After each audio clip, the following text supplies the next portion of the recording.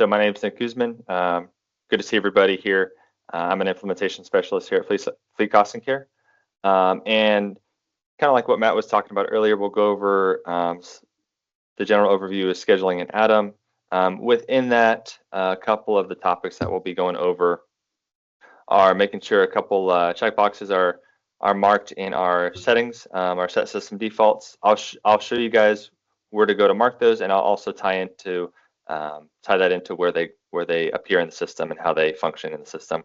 In addition to that, we'll go over enabling text notifications for the Atom tickets, so that the field users know when they get a new ticket and things like that. In addition to that, I'll be going over setting up our modular e-tickets and the ways that we can customize that. In addition to that, I'll be going over classifications, how they work in the system, how they work in Atom, what they kind of tie into, and things like that. So last couple things on our list today is going over an e-ticket, working through that, completing it, making sure all the data from the e-ticket gets sent back to NextGen, in addition to adding in separate labor entries that aren't tied to a specific ticket or job. So that's kind of a general overview of what we're going to go over. So let me go ahead, and I'm going to share my screen here. Give me just a second. All right. Let me go ahead and share my screen, and we'll jump right into it. Okay. Okay, so first off, in NextGen, there's a screen under your admin called Set System Defaults. This is where you can set up a lot of different settings in the system. There's just a couple touch points that I want to focus on today within this module and screen. So I'm going to go over to our labor side here. So, well, actually, I'll start with our e-documents here. All right. So there's a lot here. The two lines that I do want to focus on today is this allow modification of all times for job and LEM tickets. What this is going to essentially let you do, if it is checked, it's going to allow the field guys to edit their times. If they put in a wrong timestamp while they're working through their ticket, they're able to go back and edit that retroactively up to a certain point.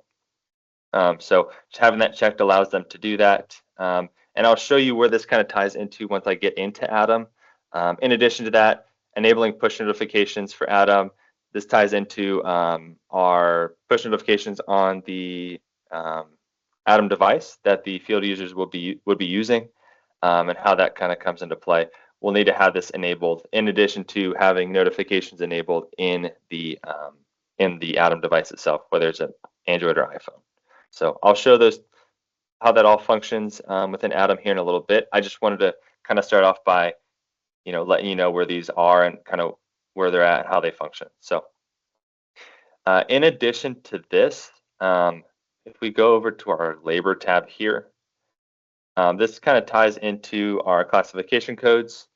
Again, I'll show this when we're putting in our labor entries against the ticket and a job, and also against just a separate labor entry that's not tied to a job. We'll want to make sure these are check marked, because it's going to require the field user to put in a classification code for each labor entry that they are submitting back into NextGen. For those of you that don't know, classification codes essentially allow you to see what your field guys are doing with each labor entry. It's a way to categorize, what all your field guys were doing, whether they were being an operator, a rigger, a driver, if they were, working, in the yard, doing yard time, shop time, anything like that. So I'll kind of show you that functionality when I walk through Atom, but we want to make sure we have these enabled so that we can capture that information. And that'll pull through to some reporting later on. So just wanted to show you guys that. We'll need to have these check marked as well to capture that, to make sure we capture that information from our field users. All right. And with that being said, I'm going to jump over to another screen here in NextGen. So if I go to maintain here, e-tickets, e-ticket settings, this screen here, this is where we're going to, this screen gives us the ability to edit our modular e-tickets in the way that we want them. So I have a template built out for this already here. As you can see, as compared to the default, there are some changes when I switch to my template. And with these templates, you can have different templates assigned to different yards and companies. This template, for example, is assigned to all of our yards. So depending on different, how many different yards you have or companies that you have in the system, you can have different templates for your e-ticket, for your modular e-ticket, I should say. In this case, I just assigned them to all the yards. All right. So kind of working on this side first, I'll kind of go down this list afterwards. Anything that is in these acknowledgement fields here, this is what the customer is going to sign off on the e-ticket. This is just a little blurb that was put in here. You can edit this however you see fit, to whatever works for your organization. We just have this in here right now. Like I said, we can edit this to say whatever we want it to. Same with our second signature acknowledgement down here. We can edit that as well. So it's very customizable in that sense on this side. So kind of moving over here. As you can see, we have different lines here with different parts of the modular e-ticket that will display in the Atom device.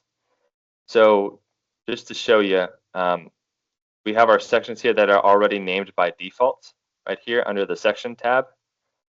We can put custom labels on some of these, not all of them. For instance, description of work, we can title that something different if we wanted to. I'll do a couple custom labels here in a little bit, but I just wanted to kind of give you a general overview of that. For all of these sections here, you can add custom labels to make those fields say whatever you need them to. With this as well, you can also hide certain sections in this list here if you did not want them to show up on the modular e-ticket just by unchecking this mobile box right here. If you wanted it to show up on the e-ticket, but you didn't want it to be printed when you send out your tickets with your invoices, let's just say, for example, you can uncheck this printed box right here. Right. With that, a couple more things here on this screen. There's a couple buttons here that show up on some of these lines. Essentially, what this is just like an overflow menu of sorts where you can add, where there are other columns and other sections in the tickets that you can customize the label for. So for example, instead of estimated start time, if I wanted that just to say start time, I could simply just type in start time. Same with end time. If I just wanted that to say end time, I can just type in end time. Things like that. So I'll show you on the ticket where this applies and changes to, but I did want to tell you that. I just wanted to let you know that's what these little buttons are for here. All right, so I'll leave that there for now. Any changes you make on your templates, you want to make sure you hit the save button to make sure they apply for when you're dispatching out tickets, just to make sure you're not forgetting anything. So we're going to hit save. This will now be applied to our ticket that we're going to dispatch out. I'll show you that here in a little bit. One more thing on here. Down here, we have some display times. These are the various timestamps that the field users will be working through and stamping when they are working through their Atom ticket, essentially. If you uncheck some of these, that will hide some of those timestamps, so they're not there. Typically, we see these all checked so that they can capture the full extent of the ticket and of the timestamps in that ticket. But that is an option if you wish to hide some of these. All right, so I'll make sure I hit save. I have my modular e-ticket set up. Last thing I did want to show you before I forget, any one of these lines here, if you wanted to change the order in which these displayed on the ticket, you can do that just by highlighting a certain line and moving these arrows up or down. So if I wanted job information to be at the very top of my ticket, let's just say, I can move it up here, and on our ticket, once we send it out, that job information would be at the very top of the ticket as opposed to the company header. So that's also an option that you have within this e-ticket settings screen as well. So I'm not going to change that now, but the option is there if you wish to use it. Right. Okay. So I will save my changes. And next part here, before I actually get into the Atom ticket, I did want to show you the job screen and assigning out an Atom ticket and kind of what all goes with that. It's relatively straightforward. I will, just something to note as well with the modular e-tickets and setting up the settings and everything like that, like I showed you here. Modular e-tickets are best used with the new WPF screens that we have in NextGen as opposed to the legacy screens. So I did want to just make note of that as well. As you can tell, this is our WPF job screen. It may look a little different. It's going to look a little different than your legacy job screen.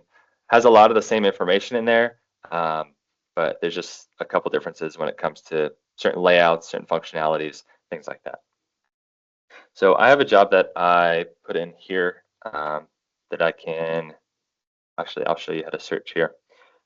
So I will do this job here. I'm going to pull up the job that I set up. With your job screen, of course, you know, not going to go too far into it, but you have your date ranges for your job. A lot of the information that you have on your job is going to show up on this main tab here. Stuff like that. What we really want to focus on today is kind of the scheduling and resources side of it. So if we go to our resources tab, this is where all of our units, our employees, anything that we're going to dispatch out on the job, it's all going to kind of live in here. In this instance, I have a pretty simple setup, just an operator and a crane. But you know, as some of you know, of course you can build this out, you know, pretty extensively. You know, when you're able to add in new units to employees if you need to, and then assign specific resources and employees to the type of employee that you need. So in this case, myself as the crane operator, I'm not currently tied to this piece of equipment. To tie yourself to a piece of equipment when dispatching, you can simply just drag and drop. And now this menu has expanded. I can collapse it if I want to, but now I am tied to this piece of equipment so that when I send an e-ticket out to myself, it's going to be for this specific unit. So just to note that as well. With that being said, in order to assign yourself out an LAM ticket, you can hit this button down here. Looks like a folder with a plus button. The job has you save any changes you make before you send out any tickets. That's why it's asking me this right here. I'm going to hit yes. NextGen will also flag any scheduling conflicts when you're dispatching out units or people. I have myself scheduled out on another job. That's why it's flagging this for me. You can push through and hit yes to acknowledge that there's conflicts. I'm going to do that now just to assign myself out a ticket. But NextGen will flag any schedule conflicts and bring that to your attention when you're dispatching. All right, so now that I've on this screen here, it's going to pull through the employee that I'm scheduling the ticket for. It's going to pull through the unit that I'm tied to. That's why I tied myself to the unit, and the date that I'm generating the e-ticket for. So once everything looks good to me, I'm going to hit OK. It's going to give me that successful message that I've generated the LEM successfully. Right. Now you notice in this screen here, this is a new window that kind of popped up once we assigned the e-ticket. You can have multiple e-tickets on this screen. If I had multiple tickets tied to myself here as the operator for various days, you would see various work days with various tickets and things like that. As of right now, I just have one ticket. You know, it's going to give you a ticket number that generates the work date and the status. So as I work through my ticket on my Atom device, if I hit this refresh button, it'll refresh the status of that ticket. So if I'm in a certain part of the ticket and I hit and the dispatcher hits refresh, or whoever's dispatching out hits refresh, it'll give them a current status update on that ticket. Whether I'm on the job site, left the job site, back at the yard, I haven't left the yard yet, things like that. So that is a feature as well here. You can actually close this out as well. That window is found under Manage e-tickets right here. It's going to show the tickets for whatever piece of equipment that you have highlighted with the operator or rigger or driver that you have selected. If I had multiple lines here, I'll show you real quick. If I had another line here for another unit, let's see. I'll just use another crane here just as an example to show you. right here. If I go to my manage e-tickets for my 220, you can see I have a ticket dispatched out for that. But if I go to my 150, it's telling me that no tickets have been issued for this resource yet. So it just all depends on what line you have selected when it comes to dispatching out tickets, stuff like that. So, okay. All right. So next, I'm going to transition over to the Atom screen. So I will stop sharing my screen for a second, and I'll pull up my tablet here. So give me just one moment to do that. So let me pull up the screen that I need to. Do this. Okay.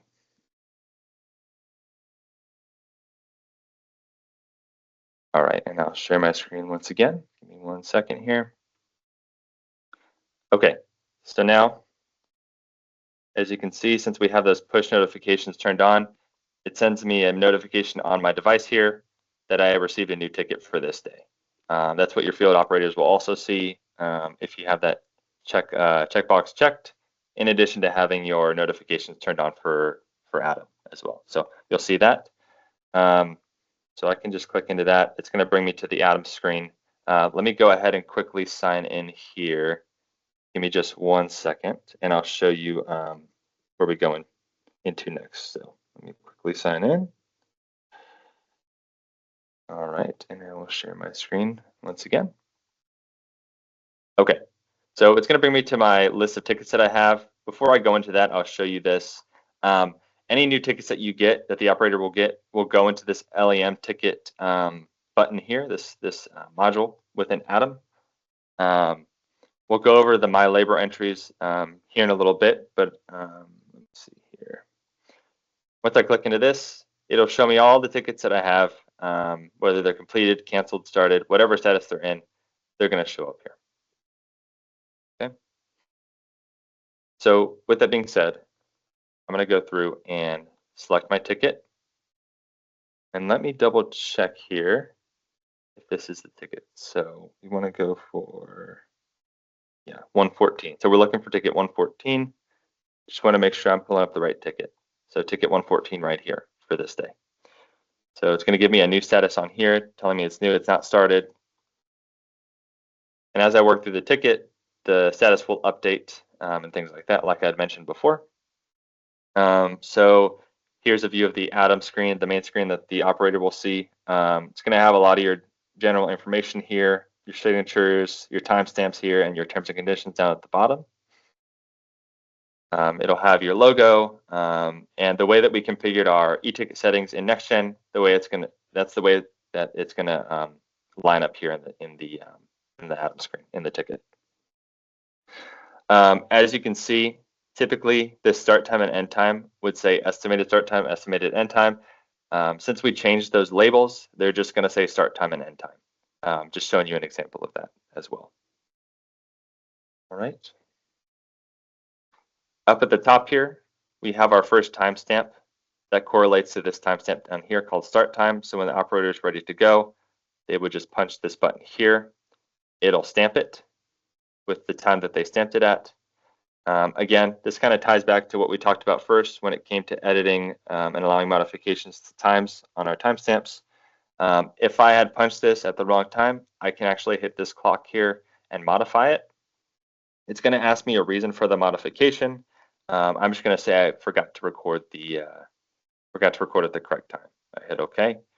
It'll allow me to set the time that I want to for the start time. You can use this clock, or you can use this more digital option where you can just type in the number as well. Sorry, let me get back into that. So either way, whatever's easier. But yeah, those are two options that you have. So for right now, I'm just going to push this back to 11:45, or I'll push it back to 11 o'clock for this case. Okay, so now I have my first timestamp right here. Now, I have a couple different options in my ticket, right? I can hit my left yard button, or I can go to my checklist here. If I attempt to hit the left yard button before I complete my checklist, you can define checklists and set them up for specific units or jobs.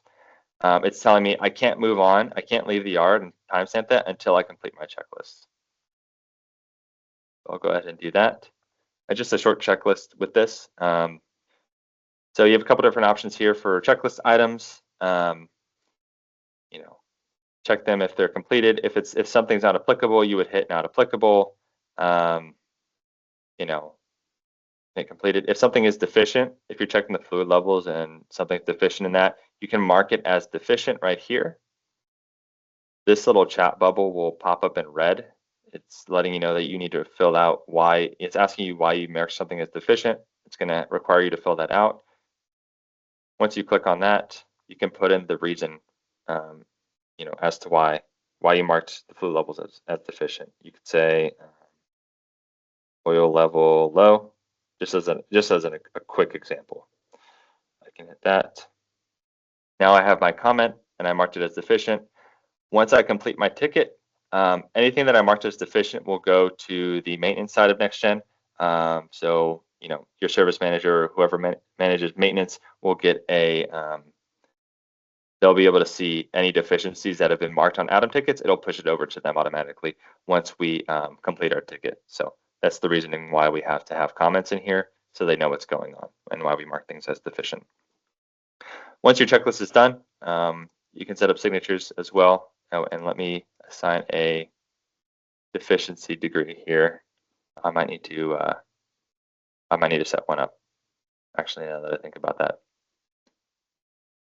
All right.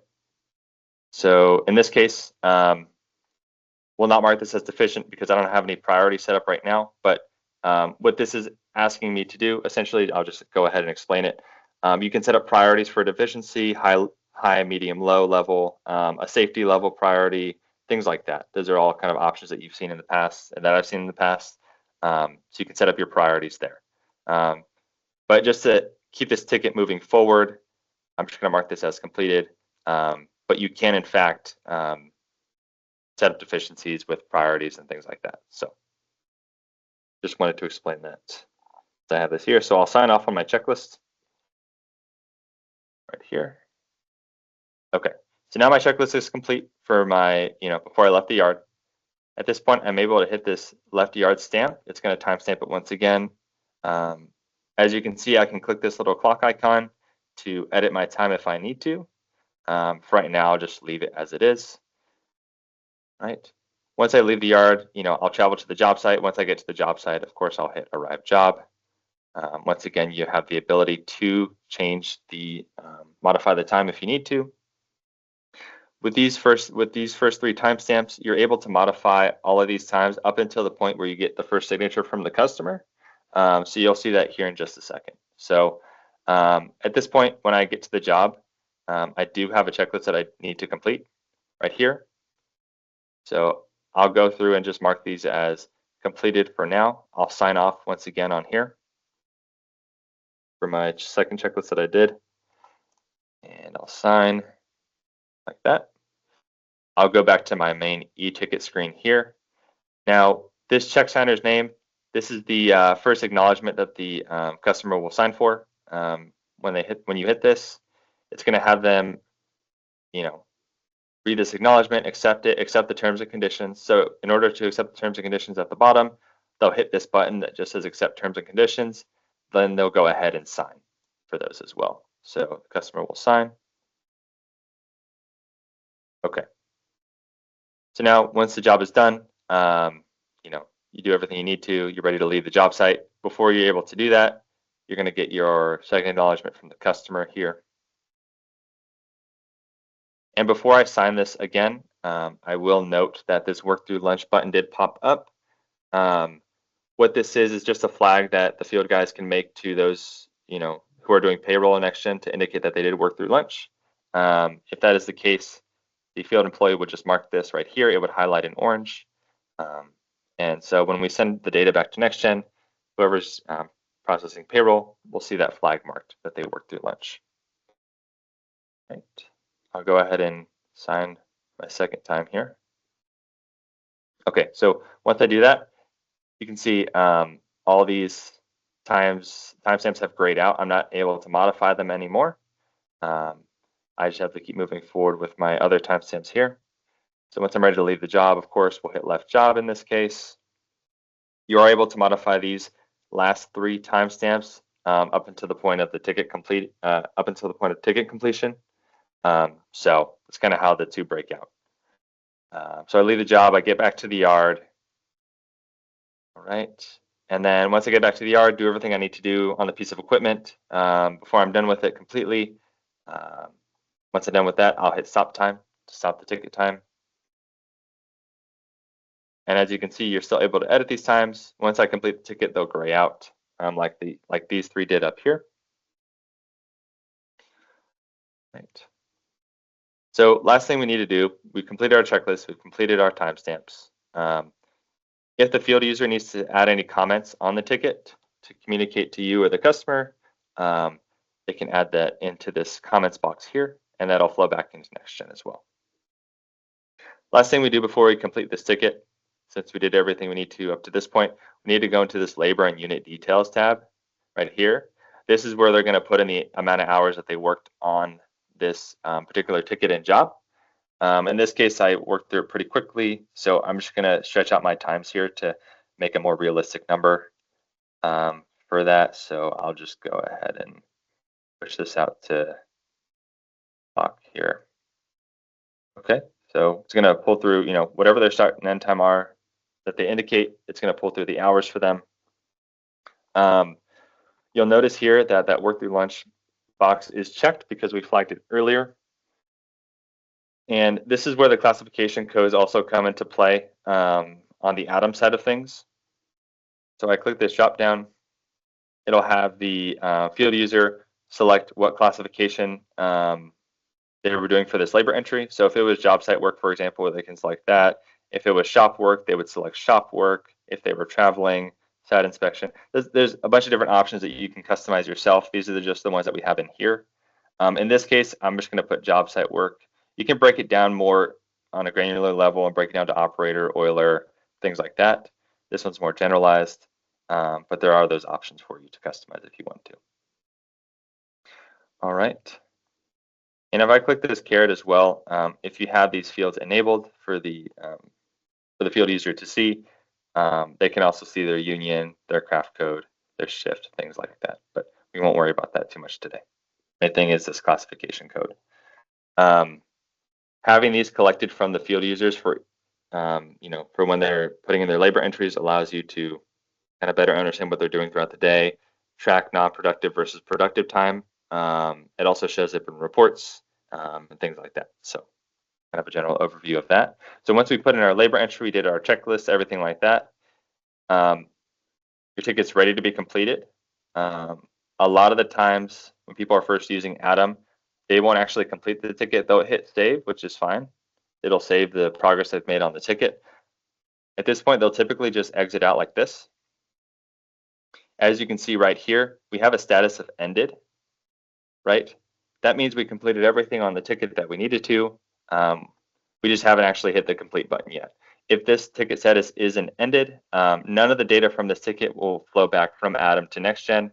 None of the payroll information or labor information will flow back either. So it's really important to make sure the field guys are completed their tickets. So in order to complete the ticket, if there's this ended status, they're able to go back in.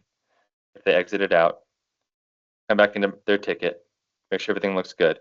They go to this overflow menu right here and hit this complete button. Once they do that, it's going to ask them if they want to complete it. They'll hit yes.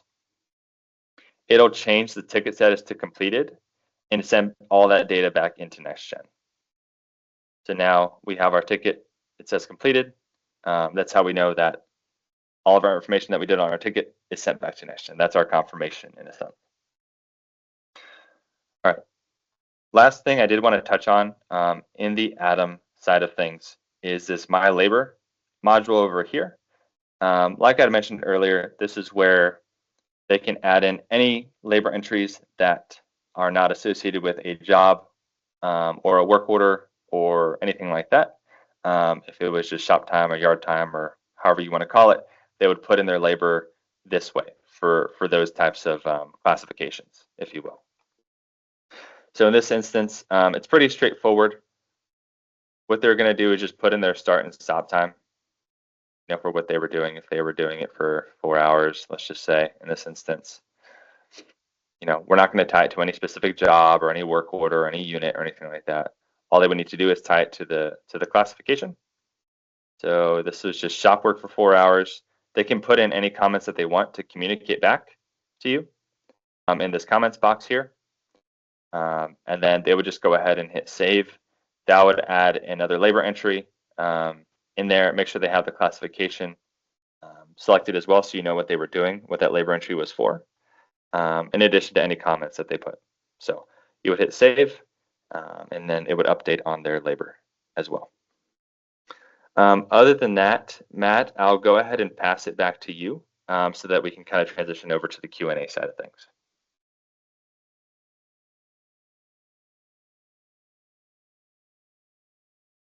Sounds good, Nick. Thank you. Not much for me to do here other than just say, hey guys, ask your questions. I'm sure there's some out there. Don't be afraid. I guarantee if you have a question, someone else has it too. So speak up, and Nick and Maggie can help you out, and we can carry on. So go ahead.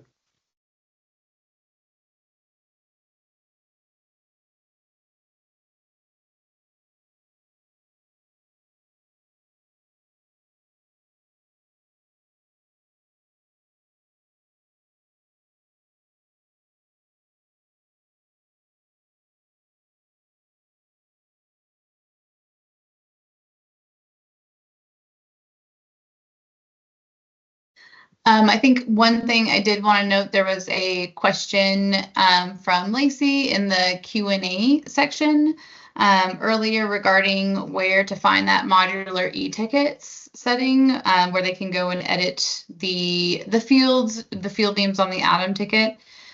So you do need to enable modular e-tickets first in set system defaults underneath the. I can show that as well. Yes, yeah. Underneath the features tab. Let me go ahead and go to that screen here. And we know the mics are muted. By the way, the Teams meeting is set up this time. If you could throw in any questions in the Q&A section, that's where we'll answer some additional questions. Yep. So under features here, you want to have the modular e-tickets checked as well. So thanks for pointing that out. Yep. Absolutely. And of course, with some of these changes that we've noted today in set system defaults, Nick was talking about enabling modular e-tickets, some e-document features for the push notifications, and for being able to edit the time tickets, in addition to on the labor tab, requiring that classification code on all labor entries. Again, best practice with anything enabling here in the set system defaults is that these changes are occurring after business hours. It could disrupt your user's workflow in, just in the middle of the day. So best practice is always to enable these after hours and have your users log out and log back in again to see the changes.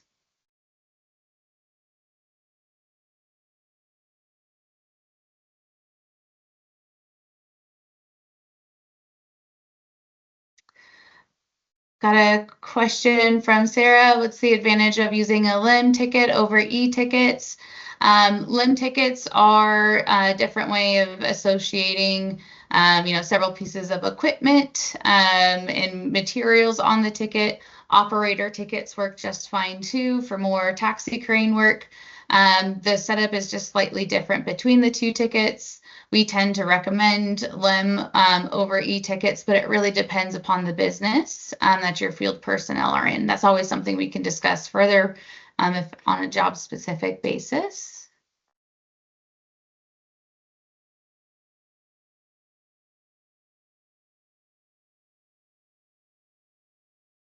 Mr. Paul Cobb, you don't have the administrator tab. Yes, sir. If you do not have that admin tab in order to make these changes within NextGen, please contact your system administrator to enable some of these settings. You might not have access to set system defaults depending upon your security within the program. So if you don't have access to them at all, please reach out to your system admin if you want to see a feature enabled, and we can help them get that turned on as well.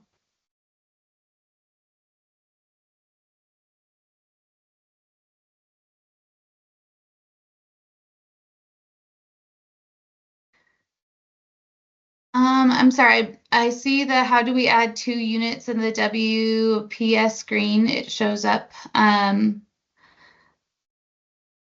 used to display this way before WPF.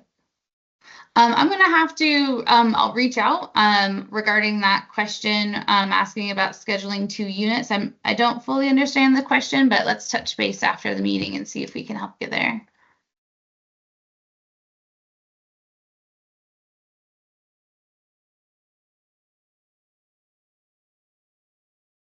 Hey. Hey there, Dax. Dax's question was, some customers do not sign tickets. Can you bypass that feature? When signatures are turned on as a requirement in the e-document settings, that is a company-wide setting, meaning we aren't able to turn it on or off for different branches. So for your specific company, that's enabled, and that's unfortunate. That's a system-wide setting.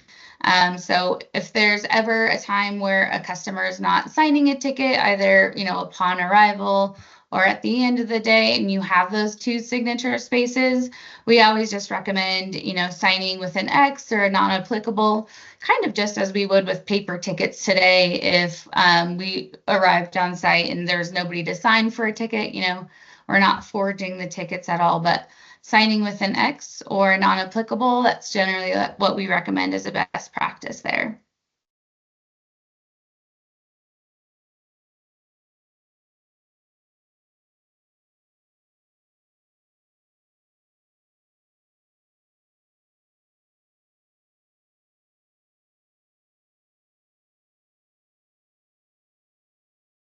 Okay. Just giving a minute for any other questions here.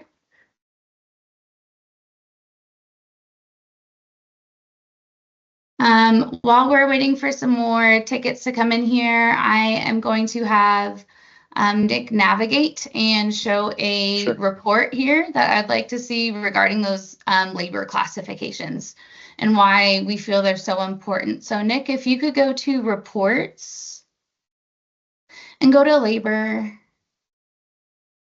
and towards the bottom, the productive versus non-productive, we'll start with just the summary report, the second from the bottom. Yep.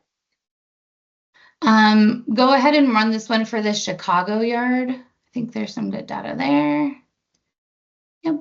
And then maybe just pull your dates out to today. Thank you, sir.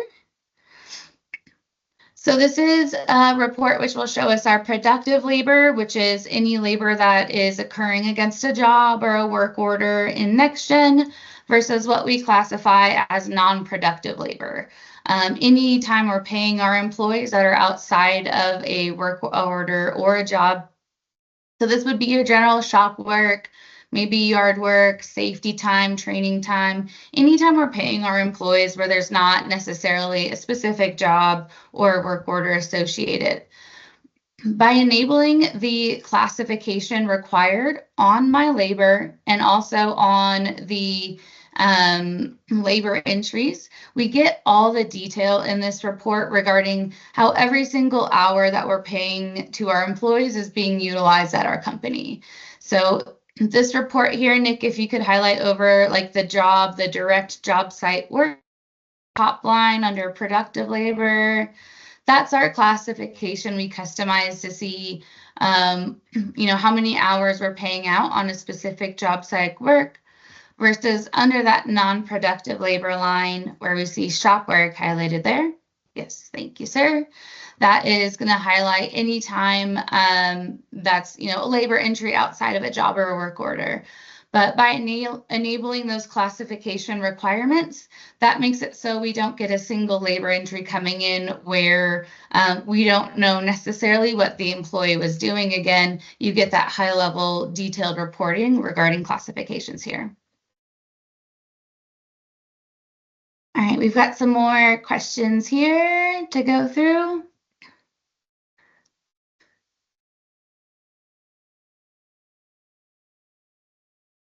Could we, mhm. I was Go going to say, there was a request to run through scheduling a job with multiple resources, operator, oiler attached to the same crane. Yeah, Nick, if you want to show creating a job in WPF and putting in some riggers and oilers on that crane. Sure. Yep, I can do that. I'll go through and just select, just kind of go through and build one out real quick, and then I'll show you. Yeah, we'll show you how to go ahead and do that. So, you know, you build out your job, of course, your date and everything like that. But yeah, more importantly, if we go to our resources here, I can add in my unit. Let's just say we'll just use that 220 again, like we did before. Okay. And I'll just use this crane.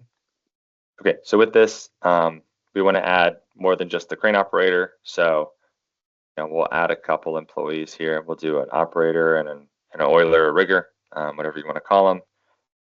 So we can do a crane operator right here. We would have a rigger right here. At this point, you would assign your resources. So whoever that would be. So I could put myself as the operator.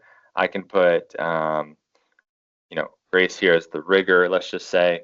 And then to associate both of us, it's going to be a similar process. You're just going to be dragging and dropping in whoever's associated with that crane. So oiler and operator will be associated with this crane. So if I collapse this again, you know, those lines are both gone, but when I expand, they're both here.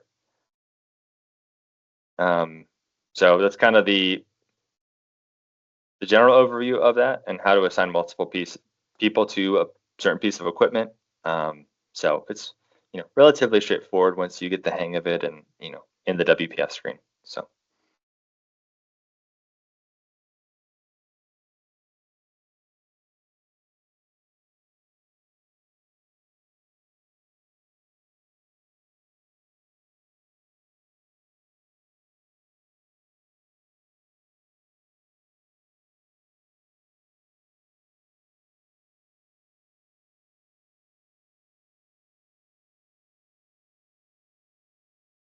Okay.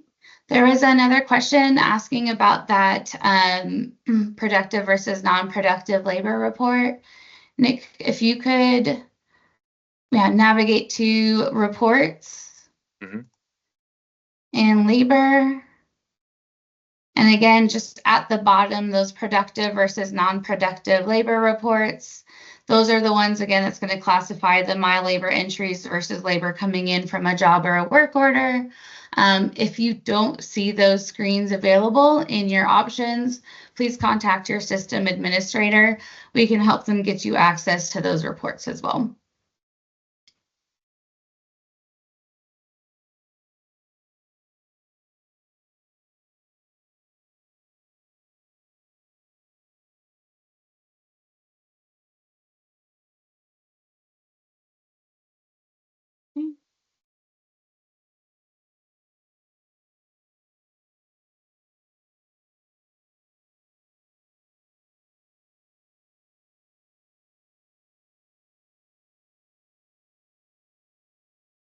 And Nick, while we're on the subject of the productive versus non-productive labor, let's navigate to that maintain classification screen. So under maintain classifications, this is where we can create those custom labor entries classifications. So the difference between, you know, direct labor that might be on a job, your operator time or rigger time, your driver time, if you want to qualify those separately. In addition, the non-productive labor time. Sometimes we see really big generalized buckets And depending upon how you want the reporting to look for your company, we generally recommend to create, some more classifications to get that better reporting regarding, what your non-productive time looks like. So Nick, if you use the add button or the add button, you would just simply add a line here, and maybe let's make a parts time. So sometimes we see parts, and then we can call it maybe parts ordering or parts unboxing. So the difference between shop work time and time a mechanic might be spending ordering parts or opening parts as they come in and, taking them into inventory and putting them on the shelf.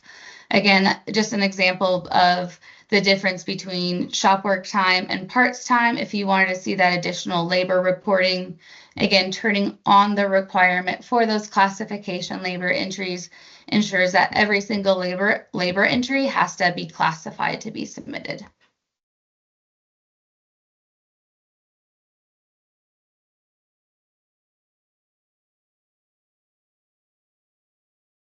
Okay.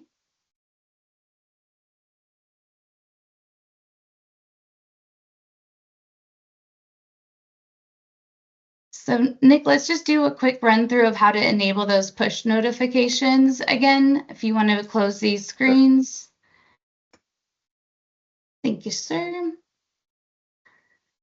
So under admin, set system defaults.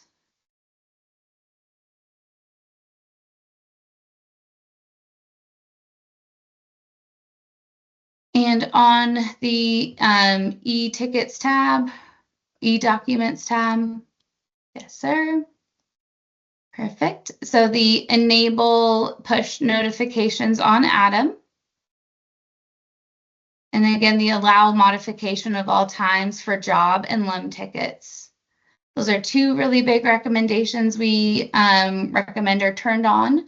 Saves a lot of time on the back end, especially for being able to modify those times live on a ticket when our field personnel aren't submitting tickets with the correct time. Gives that ability so that they can edit those times real live. Let's also show Nick what it looks like after a ticket's completed. We can see the difference between when the ticket was actually filled out and then what time it actually was when the user filled out the ticket. So, Sure. Thank you, sir. Let me go back to the sub here.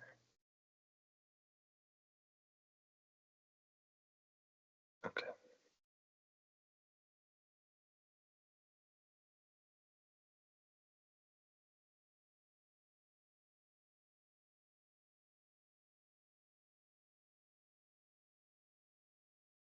So if you scroll down to the labor and unit details, yep. Here we can see once that allow modification is turned on the left-hand side, the as recorded for the customer, these are the times that we edited and placed on that main page of the ticket. In the center here, we can actually see what time it actually was when the user pressed the buttons. So I can see that Nick modified that first stamp. It was actually 11:52, and he modified it back to 11 a.m. Eastern time. And again, I also captured a GPS ping of his location at that time. That does require location services to be enabled within the device. But again, if there's ever a time to call into question the times that we're putting on that main page for the customer, here I can see the difference between what was recorded and what time it actually was when we completed our tickets. This is a tab that the customer will not see when the ticket is submitted with an invoice. This will not print with your main page of your e-ticket. Got a question for, can you push a reset of requirement for location tracking on each device for the timestamps? So we can't turn on a requirement of the location tracking on the devices from NextGen. the users do have to have that enabled on their device. Just like our apps ask us now, your apps will ask you, hey, this app wants to use your GPS location.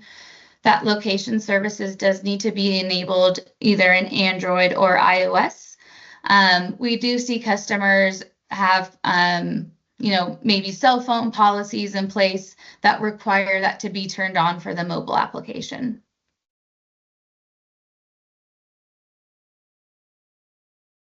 And we're happy to discuss that further, kind of what other customers in the industry do to ensure that GPS is turned on the device so we can capture those GPS pings at those 6 timestamps.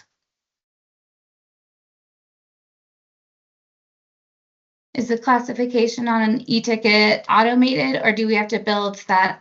The classifications are not automated. Good question. We do build out, we would help you build out all of the classifications for labor. Again, under that maintain classification screen, they can be entirely customized. You can add to that list or inactivate ones in the future as well. Yes, those labor classifications are customizable for your specific business as well.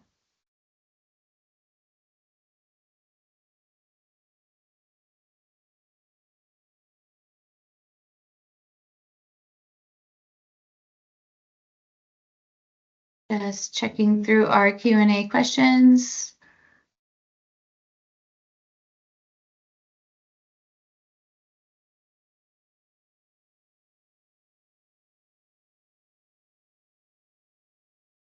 Got a few more minutes here. If anyone has any final questions, please throw those in the Q&A now so we can get to them before the top of the 30-minute mark. Here we go.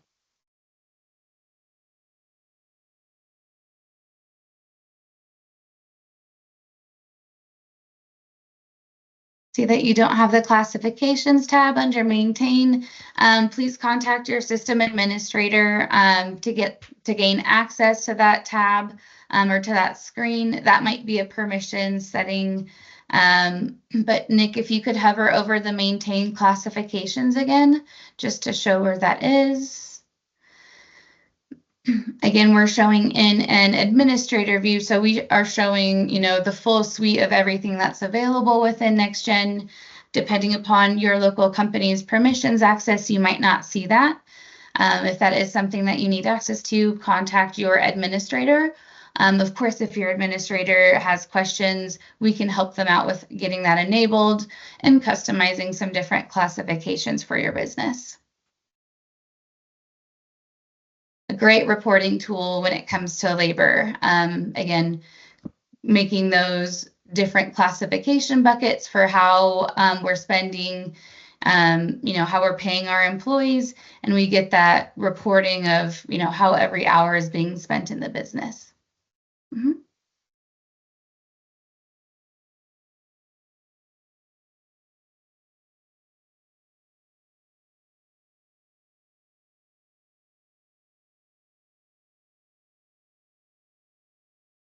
Okay.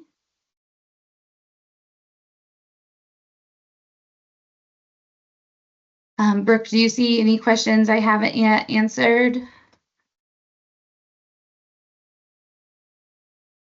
I do not. All